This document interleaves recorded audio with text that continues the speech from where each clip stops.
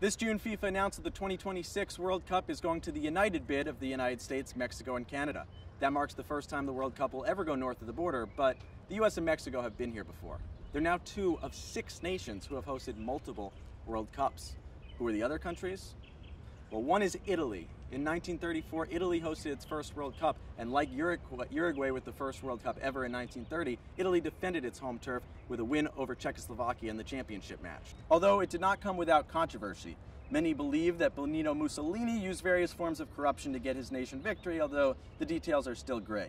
Italy would not host the World Cup again until 1990. That year, the Italians reached the semifinals before losing to Argentina in Naples.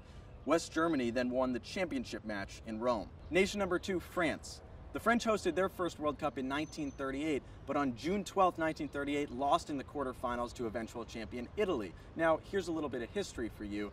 The following year, World War II broke out, and on June 10, 1940, Italy actually invaded France almost 2 days to that World Cup victory and declared war on both France and the UK. The World Cup would then take 2 cycles off, but the World Cup returned to France in 1998, and the French enjoyed much more success then. France won its first and only World Cup, defeating Brazil 3-0 in the final in Paris, and the nation only allowed 2 goals the entire tournament. Country number 3, Brazil. After World War II, when the World Cup came back in 1950, it went immediately to South America, to Brazil. However, that first South American nation to host the World Cup, Uruguay, claimed the title. This was also the only World Cup that included a final stage of round-robin play as opposed to a one-match final. Uruguay had to win its final match versus Brazil to win the whole thing, and achieved that with a goal in the 79th minute. All Brazil needed was a tie to take home the crowd. The World Cup then came back to Brazil in 2014, and the home team was again denied on its own turf.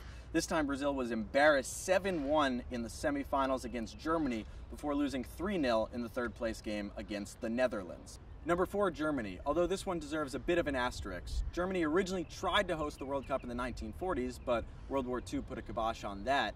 In 1974, the World Cup came to West Germany for the first time. Germans perhaps best remember this World Cup for West and East Germany both playing in the same group.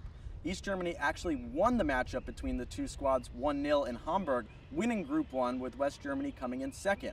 However, West Germany rebounded to win 4 straight matches en route to a title. A united Germany hosted the tournament in 2006. That year, Germany won its first 5 matches before falling late to eventual champion Italy in the semifinals in Dortmund. Jurgen Klinsmann's team rebounded to win the 3rd-place game that year versus Portugal. Number 5, Mexico. And Mexico will actually become the first nation to host the World Cup 3 times when it does so in 2026. That's because Mexico originally hosted in 1970 and then stepped in 1986 after Colombia resigned due to economic reasons. In 1970, it was Brazil winning in Mexico, and then in 1986, Argentina. Mexico failed to surpass the quarterfinals in both of its previous home tournaments. And soon, number 6, the United States of America. Despite a lack of soccer knowledge and the MLS still 2 years away from its first ever season, the U.S. got the World Cup here in 1994. The U.S. didn't even play in the first game of that tournament. With Bill Clinton in attendance, the opening ceremony was in Chicago before Germany beat Bolivia 1-0. The guy that scored that 1 goal for Germany, his name, Jurgen Klinsmann.